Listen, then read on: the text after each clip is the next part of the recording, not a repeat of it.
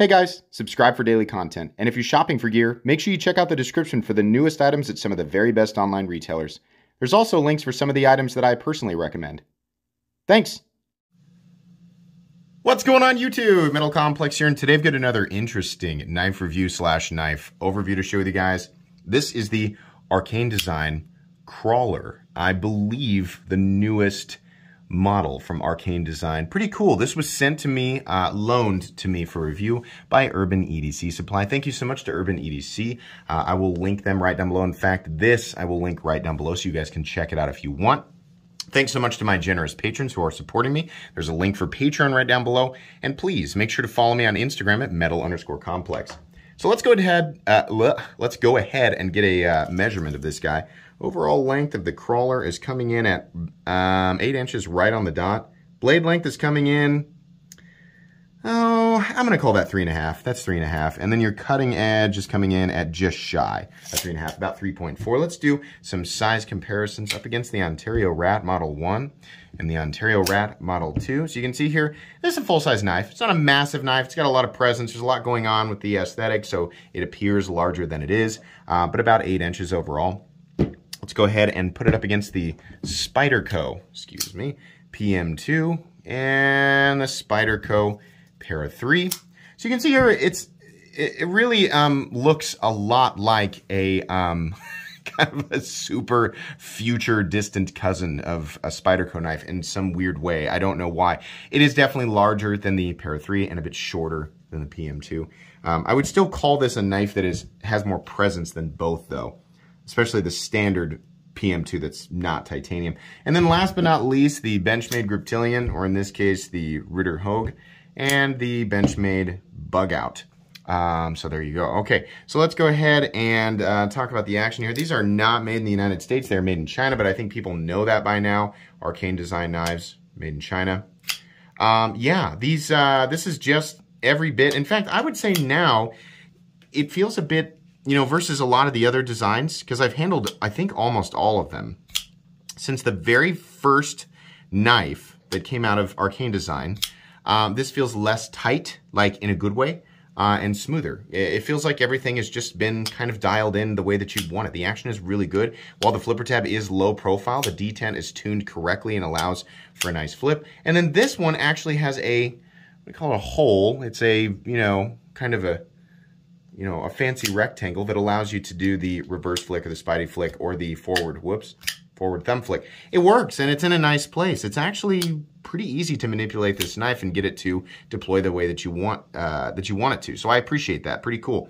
Let's go ahead and do thickness or profile. Up against the Para 3 is definitely thick. Now, keep in mind, what's making it look so thick are these overlays right here, which is just kind of a decorative thing. It's nice. I mean, it's kind of the you know, the thing that is one of the main indicators that what you're looking at is an Arcane Design knife, right? It's just something that you see on a lot of their stuff, and it allows for contrast. They do these in different colors. If you're looking at this and going, this looks really plain, I wanted to do something different because the ones that I get have always been black with the red right here, and then the satin finished blade. I wanted to check out a tumbled one just to do something a little bit different, but they do offer these in a bunch of different color combinations, so you can use that link below to check out all that stuff there. But these overlays here make it look super thick. Really just focus on the scales here because that's most of the body is like that. It is definitely still quite a bit thicker. We're getting the Para 3 to line up correctly. It's quite a bit thicker. So it's pretty robust. It's not massive, right? We're looking at something that's roughly the same density and size as a Hinderer XM18. The standard size, the 3.5 inch. So just do with that information what you will. Length and height, it's about the same. Maybe it's a little longer than the Para 3. Definitely shorter than the PM2. Maximum height, though, it does get pretty tall up here, combined with the flipper tab, but it does taper, right? So it's not going to be any, you know, it's thicker than the PM2 and Para 3. Not necessarily taller or anything like that. Still going to be quite an object to carry. I think it'll still work out for quite a few people. We'll go ahead and measure blade stock thickness next. I'm going to guess that's probably 150 thousandths or so. Yeah, okay, we're coming in at 153, so probably more like 155. That's, you know, what the other ones have been. It's thick for sure. I mean, the edge is also, the way it's ground, it's going to be thick, but this still works. We'll talk more about that here in a little bit. Let's go ahead and weigh it. We'll take a look at the inside here real quick. You can get my flashlight right down below. We still are not looking at, oh, no, I'm wrong. I looked in here before the video. They did actually mill this a little bit on this side for weight reduction. So that's nice. I feel like the other ones weren't like that, but maybe I'm just not remembering correctly. Okay, weight on the crawler coming in at it's basically 5 ounces. That's about what I expected. Ratios are not going to be there for a lot of people, but it's still a 8-inch knife with a 5-ounce carry weight, right? It's a 5-ounce object. So, you know, do with that information what you will. It's kind of like I always say. Let's do a hardware check. Get out my tools as per usual. My tools are very inexpensive and very recommendable. You can find them right down in the section of my description that talks about the tools I use. Same place you'll find the flashlight. I bet this is all T8. Yeah, T8. There's a hidden screw for the pocket clip. That might not be T8. It might be T6, but that one, it doesn't really bother me too much. These are all going to be T8. Everything here is T8, probably including the lock bar insert screw, which I can't get at because it's underneath this little pivot overlay. That's fine. These have always been like that. They've always been pretty simple in construction, easy to take apart, so that's really nice. I like that. Okay, let's talk about the crawler. So the crazy aggressive angles, like with the crazy tan toe, and they have the dagger one and all that. It looks good. Like the Wharncliffe looks good. This is one of those knives where because of the design of it, because of the aesthetic, a simple drop point blade would actually look kind of stupid. The spear point or the dagger ground one on the folding dagger, it looks great because it was a symmetrical design. This, it has all the same types of hard angles that we see from the other, from the past variants, but it has a super aggressive Wharncliffe, which looks good. The whole thing, just, I appreciate that we've got the same design going on everywhere, the same sort of lines going on everywhere. Some people are going to like it and some people are going to hate it, but it looks like there was no confusion transitioning from the handle scales to the blade, right? The designer, the person behind Arcane Design, definitely knows exactly what, you know, they were trying to do there. I think there's a card in here where we can take a look and see.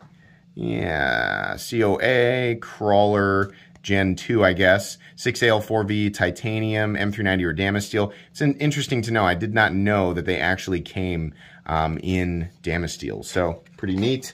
Yeah, I think that's pretty much it there. So, anyways, something that I noticed here is that, and this is, again, just me remembering the very first time I handled something from Arcane Design.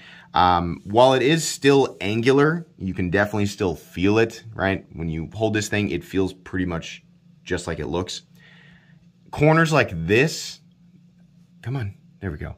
This has been knocked down. You can see that right there. Knocked down, knocked down, knocked down. This is nowhere near as sharp as the very first Arcane Design. I think it was the Necronaut. Much better. Edges of the pocket clip, everything is knocked down. And while I'm not going to sit here and tell you that holding onto this thing is the most comfortable thing in the world, it's all right, right? It's not terrible. We're looking at, I would say, a B-, right? If I was going to letter grade the ergonomics. It's okay, right? Definitely still in usable tool territory if you're going to take this thing out and use it. The jimping looks super aggressive. It's also been dialed back a bit. Taking a close look here, you can see the edges have been softened up. It's really nice. The area for, you know, the landing zone after the flipper tab, this is all knocked down.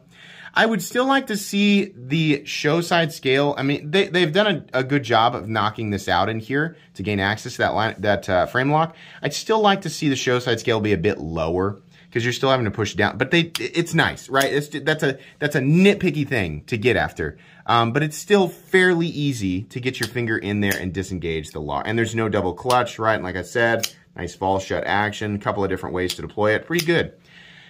The Wharncliffe blade is probably the most useful blade shape. The crawler, honestly, is probably the most utilitarian design of everything that I have handled from Arcane. And that's because it is a Wharncliffe, right? Some people are going to say, oh, it's a Sioux, there's a reverse Tanto, there's a reverse modified sheep's Tanto. For whatever reason, you guys, every time there is a Wharncliffe or Sheepsfoot-esque or Cleaver-esque blade on the screen, we have to have this long, unnecessary discussion about exactly what classification of blade shape it is. I don't care. Here it is. It's a kind of a triangle. It's a triangular shape with an edge on it.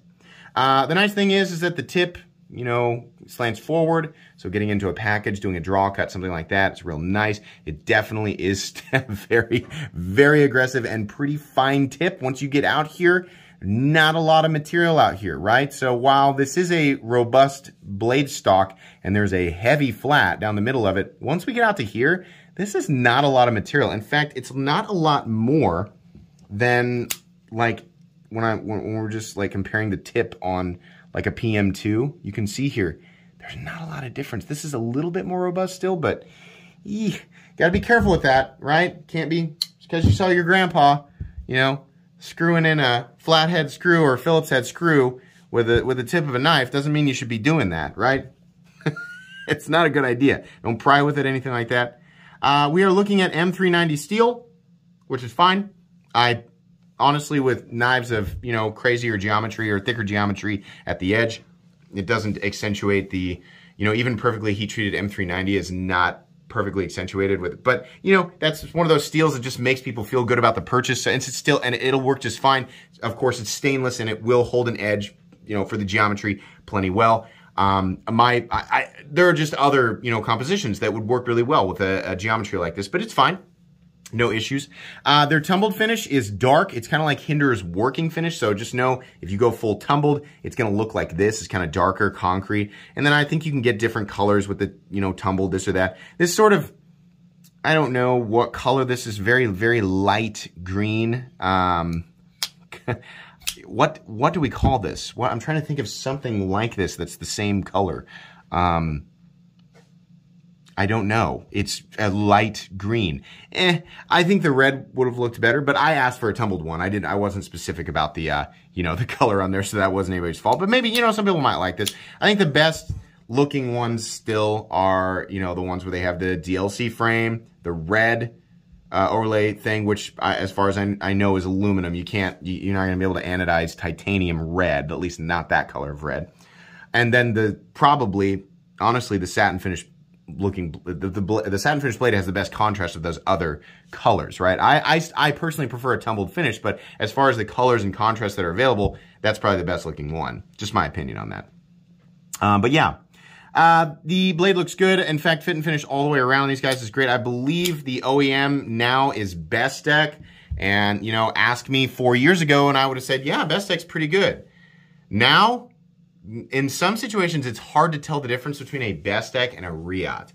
Bestech is really, really good. And I can say that, having handled the very first Arcane design knife that was made by Riot, in contrast with this is indistinguishable. I think I've actually gotten that information wrong on past reviews, saying, yeah, these are made by Riot when they were actually made by Bestech.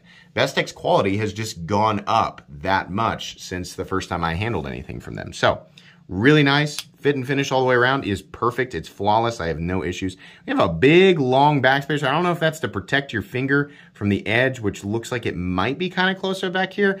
I don't know if it's for balance. The balance is right there behind the pivot, so maybe that's what it's for. It looks okay. It's just a plain titanium backspacer. I think I would have liked a continuation of this pattern right here. I think that would have looked cool. The pocket clip is DLC, and, you know, because I don't know. I honestly would like to see this higher.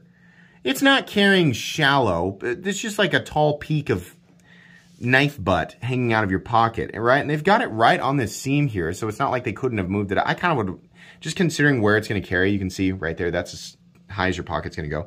I would like to see it go up just a little bit higher. But, okay. It's a pretty long pocket clip. But then again, it's flat, so even if it were shorter, I don't know that it would really make a difference. We do have a continuous rise right here, so getting it up over the seam of your pocket, sliding it down into your pocket shouldn't be that much of a problem, especially with the smooth surface here. I still would like to see him do something with this flat area. I want to see texturing. I want to see, you know, and I understand that might kind of break up the, it might kind of break up the aesthetic here. There's a little bit going on, but it's just, we have this really interesting, you know, very specific aesthetic, this very, you know, thematic design. And this spot right here looks so blank to me. I really would like to see something else going on there. It would give an opportunity for, you know, Anno or something else that would contrast a bit more. Maybe I know that costs more money and that's a big decision, right? To do a whole bunch to like change something dramatically like that. But this is the plainest area to me. And they've always, all of the designs have looked like that. It's just kind of a plain area right there. And I kind of, it would be neat to see something else going on here besides just a flat titanium surface. But that's more of a personal thing. It's not necessarily something that's going to appeal to everybody. Like I said, we have a steel lock bar insert that's doubling as the over travel stop, so that's great. Lockup is coming in at about 20%, which is perfectly fine. We do have a stop pin located right here, some deep shouldering, which is great, absolutely and completely solid, no issue there, no pivot lash, nice clicky detent, very good centering, perfect, in fact. Yeah.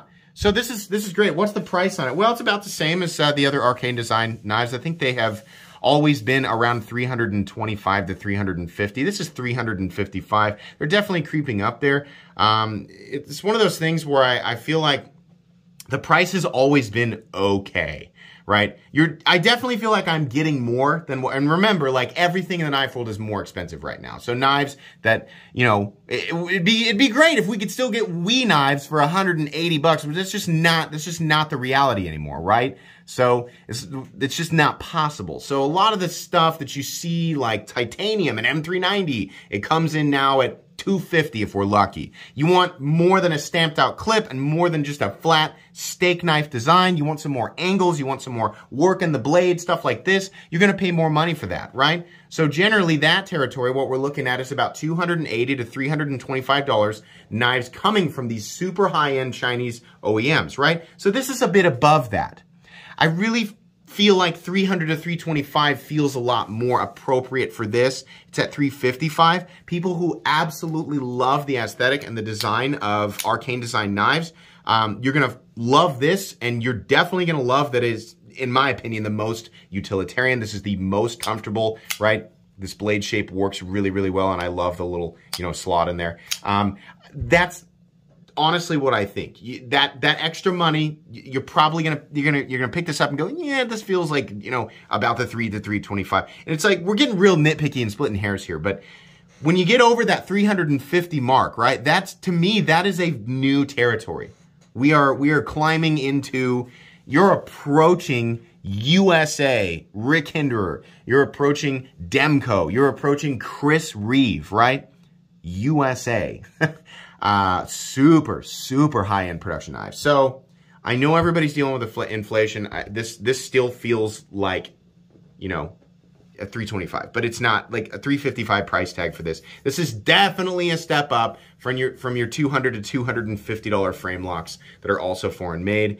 But that might just be, you know, me. It might be that to me, there's a lot more that goes into something like this than a lot of the other designs that we are seeing from, you know, competitive Chinese OEMs. Very cool design. Not going to be perfect. Not going to be something that everybody's going to want to go after. It's not something I'm going to tell you need to go out and buy this right now. But it's cool. And people who like the Arcane design aesthetic will really like this. This is probably their most utilitarian design. I'm definitely at the point where I'm repeating myself now. Thanks so much to Urban EDC Supply for loaning this to me. This will, of course, be going back to them. Make sure you guys check out the link for this right down in the description. Please make sure to follow me on Instagram at metal_complex. If you enjoyed this video, leave a like. If you'd like to check out my other content, I do, of course, have lots of videos of knives that are either expensive or inexpensive that I do or don't like, so check those out. And if you enjoy all my content, go ahead and click on that Metal Complex logo right there and subscribe, because there's definitely more coming. Thanks again for watching, everybody, and have a great day.